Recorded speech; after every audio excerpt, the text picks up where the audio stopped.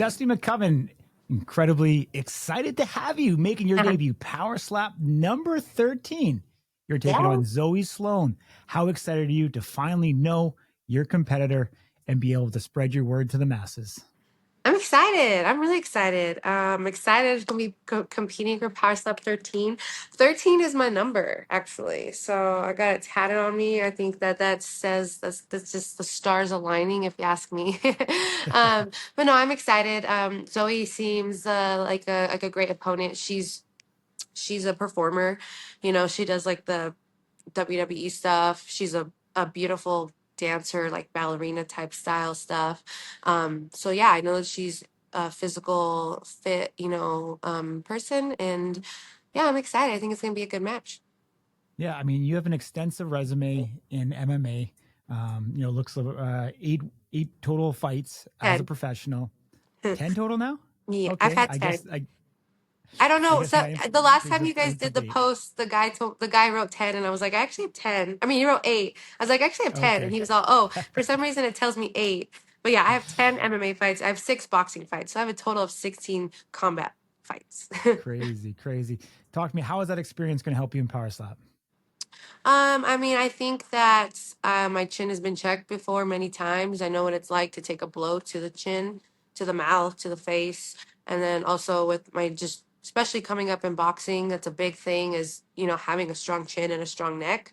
So Mm-hmm. I've kind of always trained that already. At the slap camp, I had the strongest neck out of all the females, including the heavy ones.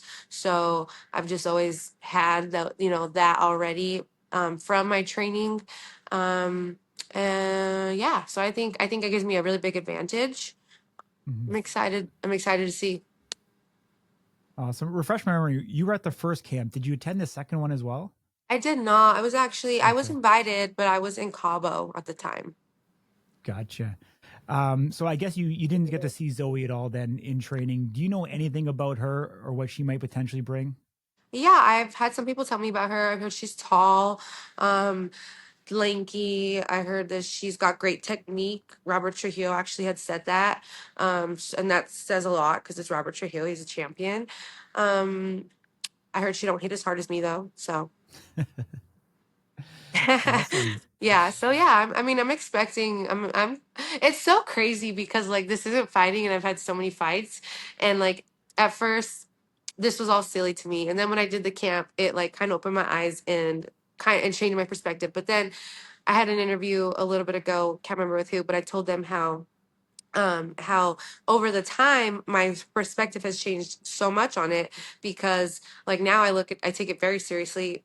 I've done a lot of research on it, and I've done like on the sport, on everything. And so and then just I've completely changed my training towards it.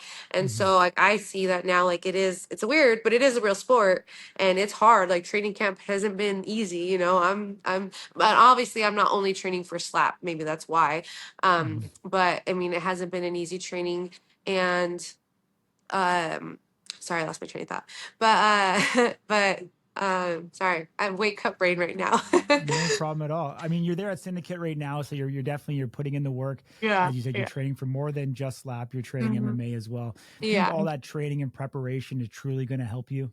that's what I was gonna say. I'm so sorry. So anyway, it's crazy because like we're like coming up on 2 weeks out. I'm cutting weight, obviously, but it's crazy because even though it's not a fight, my mindset and my the way I'm acting, the way I'm reacting to things is like I'm getting ready for a fight. Like it's almost like I'm Mm-hmm. 2 weeks out from a fight. Like that little switch is still turning, even though I'm not going out there in a fight. It's like my mind and my body know, like, yeah, girl, you going to war.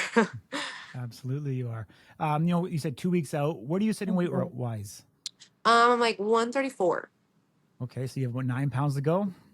Yeah, so the goal is to get to 130, which, and that's another thing I feel like I have an advantage in. I've cut a lot of weight. I'm actually, if I was getting ready for MMA, I would technically be ahead of schedule, but obviously we don't want to cut as much for this as we do for MMA. So I've been Mm-hmm. really, really precise, with everything. And, the goal is to be 130, you know, the, at least by like the Wednesday before I start the cut. So we weigh in, or no, Tuesday, I want to be like 130. Gotcha. So about 4 pounds to go, and then you'll kind of shed Cut the some water rest. at that point. Yeah. Yeah. Awesome.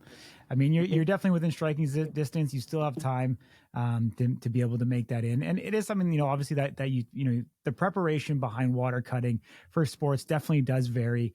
With the background that Zoe has, it's unfamiliar at this point if she's gone through that process and where she's at. Right.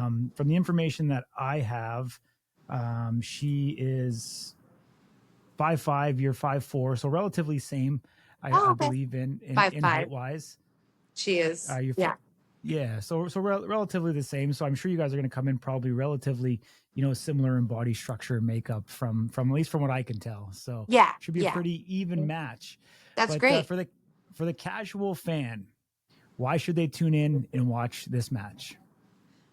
Because I'm going to be the first girl in the smaller weight classes to knock somebody out. Why do you think that hasn't happened yet? Because it's hard to obtain power at this weight, even in an MMA, even in a fight. It's hard to obtain the power. So finding the power in a slap is really hard. And I think that the events prior to this, it was still so new, and they didn't have the camps. You weren't really taught how to train for it. So I think a lot of the competitors in the prior matches leading up to this didn't really have the best training, didn't really have the best forms, the best techniques, definitely not the best power or the time to even obtain it. I've had time. I went to the camp in April, and it Mm-hmm. was presented to me that I might be going before that even happened. So my mind, this was already all in my mind. I've been working on this for a really long time. I feel like I've perfected my slap. I've still got a couple weeks to continue to do so. I really have. I really believe I'm going to get a knockout. Mm-hmm.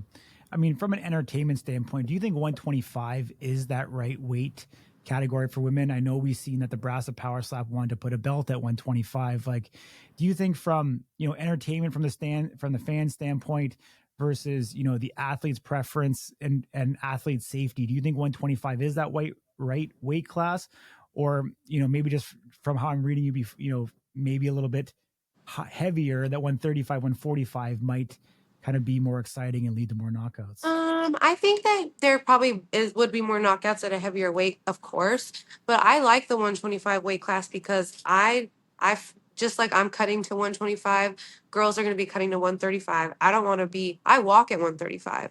I don't want to Mm-hmm. be at 135 going with somebody that's cutting from 45, maybe even 50. Like I think that I think that 125 should be kept. I think that knockouts can start to happen at 125. Like I said, the game, it's just evolving, and with the more time and like the camps and stuff like that, I think that eventually you're going to start seeing the knockouts.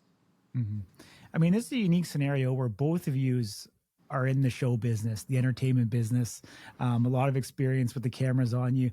Do you think that's going to help make this one of the most entertaining fights on the early prelims?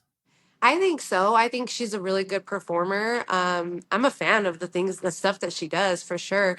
So yeah, I think she's gonna bring a good show. I get pretty nasty and ghetto with it when I'm in my competition mindset, and yeah, I think it's gonna be very exciting for both of us. Really? So you have a ghetto side to you? Yeah, yeah, yeah. I couldn't tell. But if Zoe's watching this interview, what do you want to say to her? Just come ready, girl, because you're gonna taste what getting smacked in the jaw really feels like. So I hope you're ready for it. Hope you're learning how to bite down on that mouthpiece because you're gonna need it. I feel like I could beat you anywhere in a fight, in a street fight, in an MMA fight, and I'm going to beat you in a slap fight on June 27th. The Love only it. thing you could beat me at is a dance battle. I'll give you that. Awesome. Is there anything as observers watching your fight that we can tell that, you know, that you've got this or you're incredibly confident? Is there any mannerisms up there that we should look for as signs that you're very much comfortable in your element? Yeah, you'll if I'm talking and I'm talking shit, I'm comfortable. Yeah, I'm cool. I'm chilling. If I'm hurt, there won't be much from me. Like if I'm hurt, I'm not gonna show that I'm hurt, but I probably won't be talking my shit either. I'm gonna be locked Mm-hmm. the fuck in. Mm-hmm. Do you think the match really starts the first time that you get hit? Is that a fair statement? I'm sorry. I said, at this point, obviously, we don't know who wins the coin toss, but do you feel like the match starts the first time that you get hit? No, I think the match starts when we get to see each other face to face. At So, maybe at the weigh-ins. That's when okay. it's on for me. Is there gonna be some mental warfare? We're gonna see some fireworks. I think so. Hmm.